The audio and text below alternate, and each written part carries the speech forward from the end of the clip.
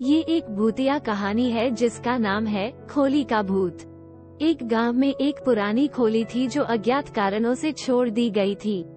उस खोली के बारे में कहानियां फैल गई थी कि वह भूतों का निवास स्थान था। किसी भी व्यक्ति ने उस खोली में जाने की कोशिश नहीं की क्योंकि सभी लोग विश्वास करते थे कि खोली में भूत होते हैं। एक दिन एक जुआरी नामक आदमी गांव में आया और उसे इस खोली के बारे में सुना। जुआरी को रोचकता थी और उसने खोली में जाने का निर्णय लिया। लोगों ने उसे रोकने की कोशिश की, लेकिन जुआरी बहुत ही मनोबलबद्ध था और वह खोली के अंदर चला गया। जब जुआरी खोली में पहुंचा, तो वह देखा कि खोली खाली है और कोई भूत नहीं है। वह हंस पड़ा और लोगों के पास वापस चला गया और कहा, तुम लोगों को डराने का एक अच्छा तरीका था। वहाँ कोई भूत नहीं है, सब झूल रहे थे। लोग जुआरी के शब्दों पर यकीन नहीं कर पाए और कहा, हमें विश्वास नहीं हो रहा है, तुम फिर से जाकर देखो और हमें सच बताओ। जुआरी थोड़ी देर सोचने के बाद लोगों के शोधकर्ता बनने के लिए वापस खोली में जा चुका था। ये बार वह खोली के अंदर चला गया और वहाँ कुछ देर बिताने के बाद वह अचानक ही भीतर से चिल्लाने लगा।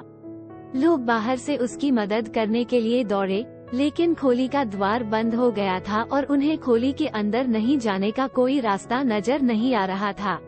देर रात जब उन्होंने खोली के अस्तित्व को लेकर पुष्टि करने के लिए खोली का दरवाजा खोला तो उन्होंने देखा कि खोली में कोई नहीं था और वह एकांत में बंद हो गई थी।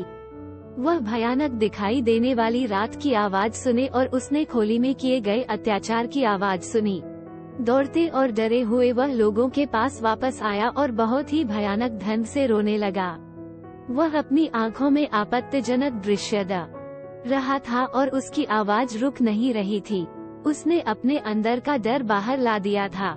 लोग उसे देखकर चौंक गए और वे भी डर गए। जब जुआरी ने अपना संयम खो दिया, तो उसने कहा, मैंने तुम सबको कहा था, खोली में कुछ भी नहीं है। ये सिर्फ मान्यता और डर की कहानियां हैं।